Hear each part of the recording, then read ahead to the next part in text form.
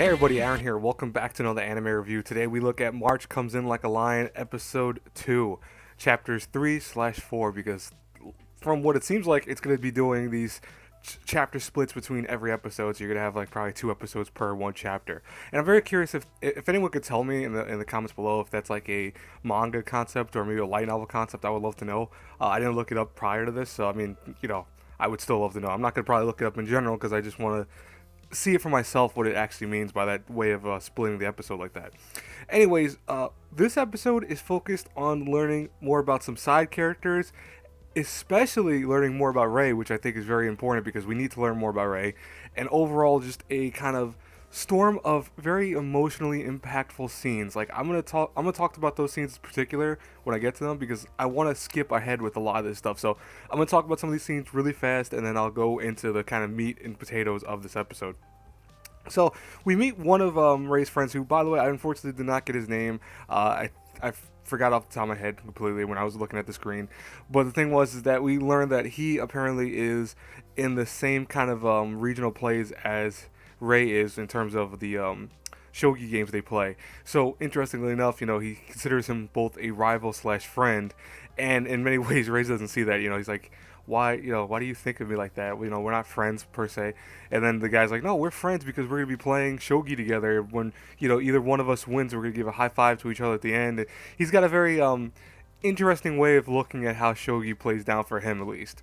Now we also learn prior to this too how the shogi games work in terms of how many ranked games they play. We learned that they could play anywhere from 30 to 40 games overall, and a good player can play up to 70 in a year. So that's why Ray most likely has as much money as he does to kind of keep himself stable, and for the most part, has his own place and stuff like that. Now, we also are introduced to Matsumoto, I believe his name, so I'm just calling Matsu from here on out because I think it's a little easier. But Matsu over here is also another shogi player that goes against Ray. We learn about his style, which is apparently just all-out attacks. Like, all he does is he tries to take pawns, he tries to use his various kings and horses and stuff like that to actually take on the other opponents, and usually that can be a double-edged sword for him, mostly him losing from that, but apparently he's a good enough player that he can kind of win some of the matches, because I guess some people in general can't take constant offense, but we see that despite him going against Ray and them having, like, I guess a camaraderie with one another, he still goes up against him, still using the same strategy, and of course he loses from it. So I mean, that's not surprising.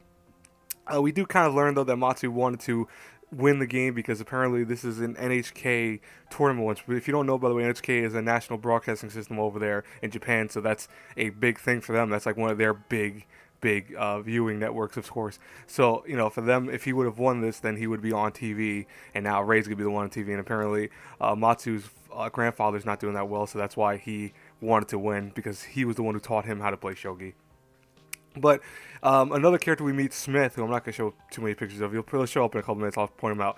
But Smith over here tells him, oh, you know what? Ray's going to pay for us to go hang out and drink and all that. And that really, boosters him up and makes him happy again, especially since we're going to see, apparently, someone he really is in love with, Akari, who, guess what, is the girl that is always with Ray. And Ray's always at her house with her, I want to say sisters. I'm going to say that right now. I don't think they were kids, but I'm going to say sisters. But yeah. So, we find out that she's a hostess club woman, so that's interesting. Now, I also think it's interesting when they're all hanging out together, that, Ray's talking about how Akari is very different than she is when she's not at home. And what's interesting, though, is that apparently also she says something very interesting, which leads to a very, I want to say, big reveal for our main character, in the sense that she talks about how true friends will never leave you behind and kind of leave you to get so drunk and then put you in front of some place and stuff like that. And then we see a flashback of that happening to Ray.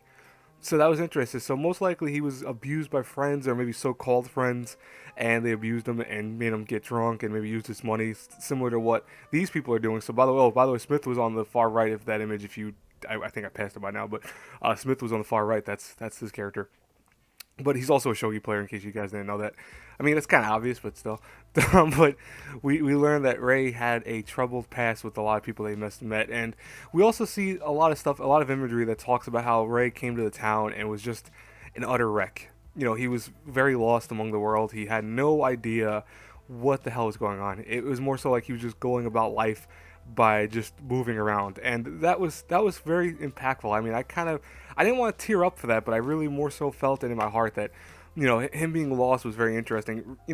Ray as a narrator, right now I really dig his narration because I feel like he really puts in effort to make it feel like this is his story he's telling, and the darker side mixed in with some light moments here and there, but more so it is a darker story he's telling. Now, this is where the chapter already splits to chapter 3, which is more so focused on him going to a store to get food, and he runs into, his adoptive family, quote unquote. We see like little Momo here and Akari and all that. And we get more flashbacks from his past where, she found him, of course, took him to her home, and he was even sick. He had to throw up because at that point, if you drink a lot, this is from what I know, if you drink a lot, it really is not good for you. Of course, it's something internally that's not good for you, especially if you're not used to it. And so thus, he has to throw it up. He has to vomit that back up to get rid of a lot of the poisons in that.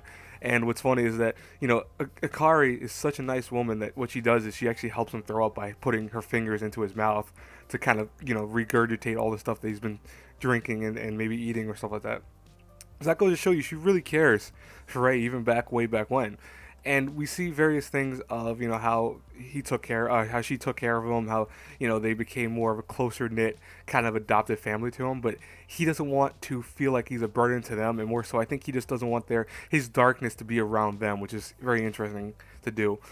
Now, also, probably the highlight of this episode is we see what maybe happened to the parents. We hear from the grandfather of Akari, I'm most likely presuming, or the father maybe. We hear that, he goes, "Where are your parents buried, by the way?" And he goes, "In Nagano." And that's when we see a flashback of a wrecked car. So most likely, this is just me making inferences from this, but most likely Ray lost his family, in a car accident. That could be what it is. And, what's interesting is they show another scene a little bit after where they show that he was in a void of some sorts. He had no idea what the hell was going on. He had lost his family, so he was in a dark place. And the first thing I guess he kind of saw was the shogi board. And when he saw this board, he decided then that would be the focal point of his life. So that most likely is why he plays so much shogi and why it's his life to do that. Now, we also see one final scene with Akari talking about Oban, which is a festival in Japan, if you guys don't know. That festival is coming up, and they're going to celebrate all together.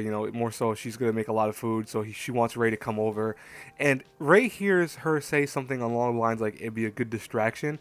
I have a feeling that's not what she said. I probably think that she wants him to be over because I think she loves him in a certain way. I'm not going to say that this is a romantic type of romance right here. I'm not saying that at all because clearly there's some age bounds between these two. I mean, he's like probably a high schooler and she's most likely in her mid-20s, I'm gonna guess. So I'm not going to say that is anything right there, but I think that she loves him in a way that she cares for him almost like a son maybe, or a little brother. So I'm very interested to see how that's going to go into fruition because we could see and kind of inference from a lot of things that Ray clearly does like her, but I don't know how he likes her in the sense too, because he might be hooking onto her because she's like the only thing that came into his life that looks like it's positive. So I'm very interested about that. Overall, this was a great, solid episode. I really dig this show so far. I mean, I if you could tell from my reviews, there's a lot to say about it. Like, I could put 1,000 more images up and talk about each little scene, but I'm not going to do that, obviously, because I probably would get in trouble for having that many images up on the review. But, yeah, I want to know how you guys think of this show. Do you really like it, too? I mean, I think it's a very emotionally straining show. I mean, I hate to say it, it right now is one of those shows that I only watch when I'm really happy, because it's like, it kind of dulls that a little bit, and it's not that that's a bad thing. I mean, any show that shows a lot of emotion and makes you think and makes you kind of go into a world that's darker than your own is a good, narration or a good story. But in this case, it's almost kind of scary because this type of show, when those things exist like this, you have to almost be careful because if you're at a very dark level already, this might not help you to watch something like this. So, because there is some lighthearted tones in here, but there's mostly a kind of depressing melodrama story that's playing out that I really do love. I think it's a very well done story. I just think it's one of those things like, ooh, you got to be careful. You got to have a high level of tolerance at this point of watching this.